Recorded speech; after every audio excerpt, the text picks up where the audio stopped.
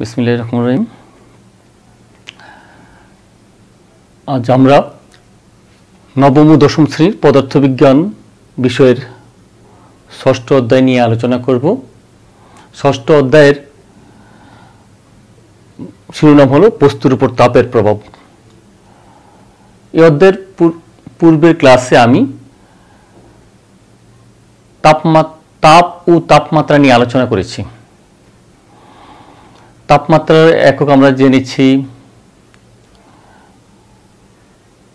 Degree Celsius, degree Fahrenheit, kelvin. এই তাপমাত্রা পরিমাপ করা হয় কি দিয়ে তোমরা জানো?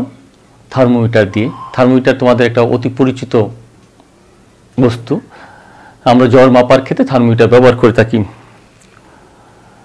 তোমরা কি কখন তোমরা দেখেছো আমাদের বাসায় যে সাধারণত থার্মোমিটারগুলি থাকে সেগুলি সাধারণত পারদ দিয়ে তৈরি করা হয়। এই পারদ দিয়ে তৈরি করা হয়, অন্য কোনো তরল পদার্থ দিয়ে কেন তৈরি করা হয় না? সাধারণত কোনো তেল বা গ্লিসারিন এই জাতীয় পদার্থ দিয়ে কেন তৈরি করা হয় না? নিশ্চয়ই পারদের একটা গুণ আছে, যে গুণটা গ্লিসারিনের নাই বা সয়াবিন তেলের নাই, কিন্তু পারদের আছে। সেই গুণটার নাম কি জানো? সেই গুণটার নাম হলো তাপমাত্রিক ধর্ম। আমরা এখন মূলত তাপমাত্রিক ধর্ম নিয়ে আলোচনা করব, পদার্থের তাপমাত্রিক ধর্ম। আমার হাতে একটি থার্মোমিটার আছে, দেখো এটা তোমাদের, এটা আমরা জ্বর মাপার ক্ষেত্রে ব্যবহার করি। এই থার্মোমিটারটার এই জায়গায় পারদ ব্যবহার করা হয়। আমরা যখন এটা স্পর্শ করি তখন এর মধ্যে তাপ লেগে তার তাপমাত্রা বৃদ্ধি পায়, ফলে থার্মোমিটার পারদটা আয়তন বেড়ে যায়। আমার তাপমাত্রা শরীরে যত তাপমাত্রা থাকে সেই অনুসারে আয়তন বৃদ্ধি পায়। এটার বৈশিষ্ট্য হলো, পারদের বৈশিষ্ট্য হলো সমহারে আয়তন বৃদ্ধি পায়, যেটা গ্লিসারিনের ক্ষেত্রে বৃদ্ধি পায় না, বা সরষের তেলের ক্ষেত্রে বা সয়াবিন তেলের ক্ষেত্রে বৃদ্ধি পায় না। কারণ ওইগুলি তো বৃদ্ধি পায় কিন্তু সমহারে বৃদ্ধি পায় না। এই আয়তন বৃদ্ধির যে ধর্মটা, এই ধর্মটাকে বলা হয় পদার্থের তাপমাত্রিক ধর্ম। আর এই যে পদার্থটা, এই পদার্থকে বলা হয় তাপমাত্রিক পদার্থ। অর্থাৎ তাপমাত্রা বৃদ্ধির সাথে সাথে পদার্থের যে গুণটা বৃদ্ধি পায় এবং যে গুণটাকে কাজে লাগিয়ে আমরা কি করতে পারি, বস্তুর তাপমাত্রা নির্ণয় করতে পারি, সেই গুণটাকে বলা হয় তাপমাত্রিক ধর্ম। আর ওই পদার্থটাকে বলা হয় তাপমাত্রিক পদার্থ। তাহলে আমরা জানলাম পারদ একটা তাপমাত্রিক পদার্থ। আবার কিছু কিছু আরো থার্মোমিটার আছে যেগুলি শুধু পারদ দিয়ে ব্যবহার করে না, পারদ ছাড়াও অন্য পদার্থ ব্যবহার করা যায়। আমার হাতে আরেকটা থার্মোমিটার তোমরা দেখতে পাচ্ছ, যেটার মধ্যে কিছুটা হলুদ দেখা যাচ্ছে। হ্যাঁ, এটার কিন্তু অ্যালকোহল ব্যবহার করেছে, এটা কিন্তু পারদ ব্যবহার করা হয়নি। সাধারণত মূলত পারদ ছাড়াও কি করে অ্যালকোহল ব্যবহার করা হয়। তো অ্যালকোহল সাহায্য কিন্তু আমরা তাপমাত্রা পরিমাপ করতে পারি। তা অ্যালকোহলও একটা তাপমাত্রিক ধর্ম। এছাড়া গ্যাস থার্মোমিটারে গ্যাস বা তাপমাত্রিক ধর্ম হিসাবে কাজ করে, তারা গ্যাসটাও তাপমাত্রিক পদার্থ। এবং রোদ থার্মোমিটারের আছে এক ধরনের থার্মোমিটার, যেটার তাপমাত্রিক ধর্মটা হলো রোদ। তাপমাত্রা বৃদ্ধির সাথে রোদ বৃদ্ধি পায়। তো আমরা জানলাম তাহলে তাপমাত্রিক পদার্থ এবং তাপমাত্রিক ধর্মটা কি। আমরা গত ক্লাসে আমরা যেটা আলোচনা করেছিলাম, বিভিন্ন রকম থার্মোমিটারের কথা, তাপমাত্রার কথা বলেছিলাম। 3 ধরনের তাপমাত্রা থার্মোমিটার আমরা সাধারণত ব্যবহার করে থাকি। বাজারে সাধারণত 3 ধরনের থার্মোমিটার আমরা পেয়ে থাকি। এর মধ্যে একটা ডিগ্রি সেলসিয়াস, একটা ডিগ্রি ফারেনহাইট, একটা ডিগ্রি কেলভিন, যেটাকে এই যে কেলভিন স্কেলটাকে এসআই একক হিসাবে কেলভিন তাপমাত্রাটাকে ধরা হয়। এখন আমরা বিভিন্ন স্কেল যেহেতু বাজারে প্রচলিত আছে, সেগুলির মধ্যে আমরা কিভাবে সম্পর্ক নির্ণয় করব? তাপমাত্রার বিভিন্ন স্কেলের মধ্যে আমরা এখন সম্পর্ক নির্ণয় করতে চাই।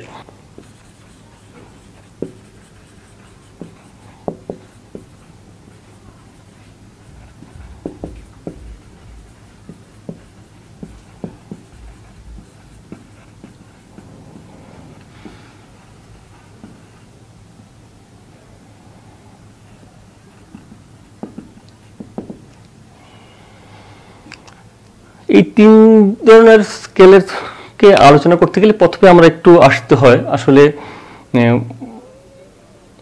সেলসিয়াস স্কেলটা আবিষ্কার করেছেন অ্যান্ডার্স সেলসিয়াস। তার নাম অনুসারে সেলসিয়াস স্কেল ধরা রাখা হয়েছে। এটার উনি এক ধরনের ভিত্তির উপর নির্ভর করে স্কেলটা নামকরণ করেছেন। উনি যে স্কেলটাতে নিম্ন স্থির বিন্দুটা ধরেছেন, অর্থাৎ বরফ গোলা পানির তাপমাত্রাটাকে 0 ডিগ্রি সেলসিয়াস ধরেছেন, এবং পানি যখন বাষ্পীভূত হয় সেই তাপমাত্রাকে 100 ডিগ্রি সেলসিয়াস ধরেছেন। সেই দুইটা তাপমাত্রাকে নির্ধারণ করে উনি স্কেলটা নির্ধারণ করেছেন। আর মাঝখানের দূরত্বটাকে উনি মৌলিক ব্যবধান বলা হয়। সেই মৌলিক ব্যবধানটাকে 100 দিয়ে ভাগ করে প্রতি ডিগ্রি সেলসিয়াসকে 1 ডিগ্রি সেলসিয়াস ধরেছেন। অপরদিকে ফারেনহাইট স্কেলটা আবিষ্কার করেছেন জিডি ফারেনহাইট। উনি এক্ষেত্রে নিম্ন স্থির বিন্দুটা নির্ণয় করার ক্ষেত্রে উনি, যেহেতু আমরা জানি বরফ গলা পানির চেয়ে উনি বরফ এবং অ্যালুমিনিয়াম ক্লোরাইডের মিশ্রণটাতে তাপমাত্রা সবচেয়ে নিম্নতম হয়, সেটাকে 0 ধরে উনি নিম্ন স্থিরবিন্দু ধরেছেন 32 ডিগ্রি ফারেনহাইট, এবং ঊর্ধ্ব স্থিরবিন্দু ধরেছেন মানে বাষ্পবিন্দুটাকে ধরেছেন উনি 212 ডিগ্রি ফারেনহাইট। এবং এই 212 থেকে 32কে বাদ দিলে যে 180 হয়, এই তার সেই দৈর্ঘ্যটাকে 180 দিয়ে ভাগ করে প্রতি ভাগকে 1 ডিগ্রি ফারেনহাইট ধরেছেন। অপরদিকে কেলভিন স্কেলটাকে পরম স্কেল সাধারণত বলা হয় থাকে। উনি দেখিয়েছেন বয়েল এবং চার্লসের সূত্রের তাত্ত্বিক ব্যাখ্যাটা করে যে আমরা যদি গ্রাফিক্যালি এটা তাপমাত্রা নিচের দিকে আমরা জানি তাপমাত্রা বৃদ্ধি পেলে বস্তুর আয়তন বৃদ্ধি পায়, তাপমাত্রা হ্রাস পেলে বস্তুর আয়তন হ্রাস পায়। হ্রাস পেতে পেতে একটা গ্রাফ একে উনি দেখিয়েছেন যে আমরা যদি এইভাবে তাপমাত্রা কমাতে পারি, একসময় -273 ডিগ্রি সেলসিয়াসে গেলে বস্তুর আয়তন 0 হয়ে যাবে, অর্থাৎ তার নিচে আর কখনো তাপমাত্রা নেওয়া সম্ভব নয়। উনি সেইটাকে 0 ধরে উনি যে স্কেলটা দিয়েছেন, এবং সেই স্কেলটাকে কেলভিন স্কেল বলা হয়, এবং সেটা পরম স্কেলও বলা হয়। কারণ যেহেতু 200 কেলভিনের নিচে তাপমাত্রা যাওয়া সম্ভব নয়, সেই জন্যে কারণ 0 ডিগ্রি সেলসিয়াসের নিচে তাপমাত্রা যাওয়া সম্ভব, 0 ডিগ্রি ফারেনহাইটের নিচে তাপমাত্রা নেওয়া সম্ভব, কিন্তু 0 কেলভিনের নিচে বাস্তবে তো নেওয়া সম্ভব না, তাত্ত্বিকভাবেও নেওয়া সম্ভব না। সেই জন্য ওনার স্কেলটাকে পরম স্কেল বলা হয়। এখন আসো আমরা এই 3টা স্কেলের মধ্যে আমরা কেমন করে সমন্বয় করব, কেমন করে সম্পর্ক স্থাপন করব। সেটা যেহেতু আমরা যদি 3টা স্কেলকে আমরা এখানে দাগাঙ্কিত করি, 3টা আসলে থার্মোমিটারগুলি কিন্তু মূলত আসলে একই রকম, কিন্তু দাগাঙ্কিতটা ভিন্নতার কারণে নাম বিভিন্ন থার্মোমিটার বলে থাকি আমরা। 3টা থার্মোমিটার একই রকম 3টা থার্মোমিটার নিলাম আমরা।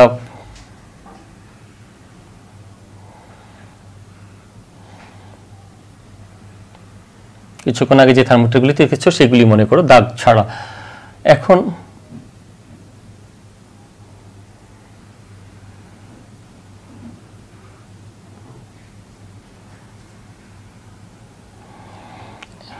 এইটা হচ্ছে বাল্ব, এখানে তাপমাত্রিক পদার্থটা রাখা হয়, 3টাতে মনে করো পারদ রাখা হয়েছে বা তাপমাত্রিক পদার্থ রাখা হয়েছে।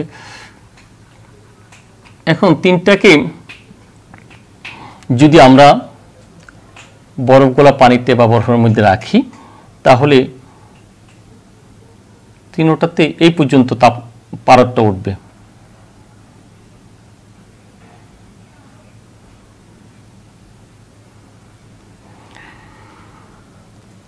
সেলসিয়াস স্কেলের এটা সেলসিয়াস স্কেল যদি ধরি, এটা ফারেনহাইট, কেলভিন স্কেল। সেলসিয়াস স্কেলের সেলসিয়াস এটার দিয়েছেন 0 ডিগ্রি সেলসিয়াস, এটা ধরেছেন 0 ডিগ্রি। ফারেনহাইট ধরেছেন এটা 32, কেলভিন ধরেছেন 273.15। আবার এই 3টা স্কেলকে ওনারা যখন স্টিম বিন্দুতে নিয়েছেন, অর্থাৎ বাষ্প, পানিকে তাপ দিতে দিলে যখন বাষ্প হয় সেই বাষ্পের মধ্যে স্থাপন করেছেন, তখন সবগুলি একই উচ্চতায়, অর্থাৎ এটার পারত্ব এখানে উঠেছে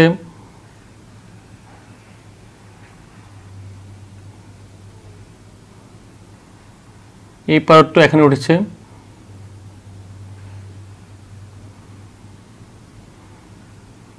এই পারতটা এখানে উঠেছে। সেলসিয়াস, এন্টার সেলসিয়াস এটাকে ধরেছেন 100 ডিগ্রি।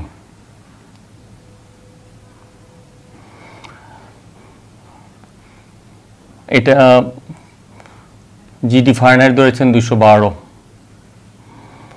আর উনি ধরেছেন 373.15। এই বিন্দুগুলিকে বলা হয় নিম্ন স্থির বিন্দু আর ঊর্ধ্ব স্থির বিন্দু ধরতে পারি।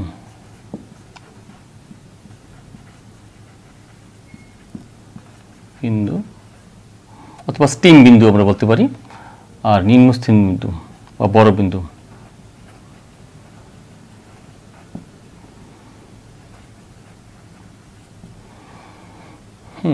বরফ বিন্দু বল বা নিম্ন স্থির বিন্দু বলি আমরা। এখন যে কোনো একটা বস্তুর মধ্যে মনে করো একটু হালকা একটু পানি নিলাম, যেটা আমাদের সামান্য তাপ গরম করা হয়েছে, সেই পানিটার তাপমাত্রাটা সবাই একই রকম দূরত্ব শো করবে। আমাদের এই যে দূরত্বটা, এটাকে বলা হয় মৌলিক ব্যবধান। সেলসিয়াস এটাকে 100 ভাগে, এটা থেকে এটা বিয়োগ করে যেটা পেল 100, এই দাগটাকে 100 ভাগে ভাগ করেছেন উনি, এটাকে বিয়োগ করে 180 পেয়েছেন, এটাকে 180 দিয়ে ভাগ করেছেন। উনি এটাকে কেলভিন, এটাকে ভাগ করেছেন 373 থেকে 273 বাদ দেওয়ার পর মৌলিক ব্যবধান পেয়েছেন 100, এটাকে 100 দিয়ে ভাগ করে প্রতি ডিগ্রিকে ভাগকে 1 কেলভিন ধরেছেন। হ্যাঁ, এখন মনে করে এখন গরম পানিটা, যে একটা গরম পানির পাত্র নিলাম, কিছুটা গরম, সব পুরোপুরি না, এটাকে তিনটার মধ্যে রাখার, তিনটার বাল্বগুলি রাখার ফলে এগুলি প্রদর্শন করলো এই পর্যন্ত। এটাকে আমরা ধরলাম টিসি, তাপমাত্রা টেম্পারেচার টিসিতে ধরলাম, এটা ফারেনহাইট টেম্পারেচার টিএফ, এটা কেলভিন টেম্পারেচার টিকে ধরলাম। তাহলে এটার ব্যবধানটা সবটাই কিন্তু সমান। এটার ব্যবধান মৌলিক ব্যবধান যদি ভাগ করি, তার ভাগফলটা এটার ব্যবধানটাকে মৌলিক ব্যবধান দ্বারা যদি ভাগ করি, তাও ভাগফল যা হবে। এটার ব্যবধানকে ওই মৌলিক ব্যবধান দ্বারা ভাগ করি, তাহলে ভাগফলটা একই রকম হবে। তাহলে আমরা বলতে পারি, এই ক্ষেত্রে আমরা লিখতে পারি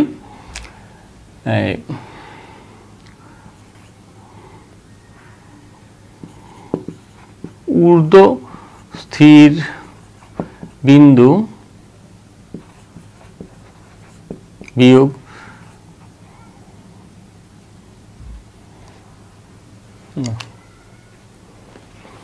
আমরা যদি লিখি, এটাকে যদি আমরা পাঠ ধরি,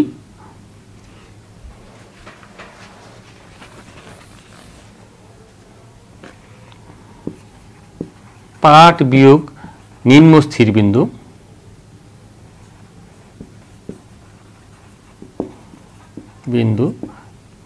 ভাগ ঊর্ধ্ব স্থির বিন্দু বিয়োগ নিম্ন স্থির বিন্দু।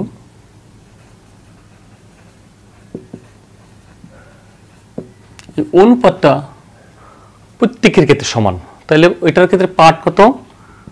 টিসি। নিম্ন স্থির বিন্দু হলো কত? 0। ঊর্ধ্ব স্থির বিন্দু হলো 100 বিয়োগ 0। এটার ক্ষেত্রে পাঠ হলো টিএফ। নিম্ন স্থির বিন্দু হলো 32, ঊর্ধ্ব স্থির বিন্দু হলো 212 বিয়োগ 32। এটার ক্ষেত্রে টিকে বিয়োগ 273.15, 373.15 বিয়োগ 273.15। তাহলে বিয়োগ করলে আমরা পাচ্ছি টিসি বাই 100, টিএফ বাই 32 180, টিকে 273 100। আসলে এটা শুধু সি, এটা এফ কে দিয়ে আমরা প্রকাশ করতে, যেহেতু টেম্পারেচার সেজন্য টি আমরা ব্যবহার করেছি, তোমাদের বই টি ব্যবহার করেছি বলে আমরা টি ব্যবহার করলাম, নাহলে সি এফ এবং কে ব্যবহার করলেই যথেষ্ট ছিল। এখন আমরা এটাকে আরেকটু সংক্ষেপ করার জন্য যদি প্রত্যেকটা থেকে নিচের এটাতে 20 দিয়ে ভাগ করে দিই, তাহলে কত দাঁড়ায়, মানে 20 দিয়ে প্রত্যেকটা 20 দিয়ে গুণ করলে কাটাকাটি করে কি দাঁড়াবে, TC by 5 TF minus 32 by 9 TK minus 273.15 by 5। 273 অঙ্ক করার সুবিধার্থে অনেক সময় 273.15 না ধরে 273 ব্যবহার করা হয়।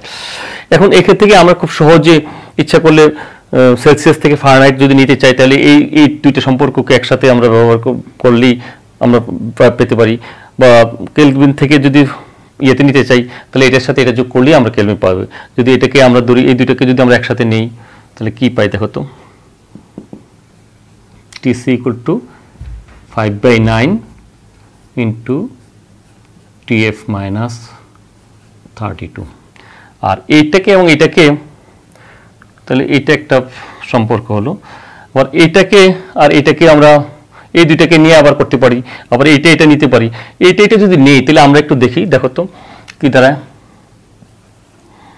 দুইটাতে 5 বাদ দিলে টিসি সমান সমান লিখতে পারি টিকে মাইনাস 273.15, তাহলে বা টিকে লেখা যায় টিসি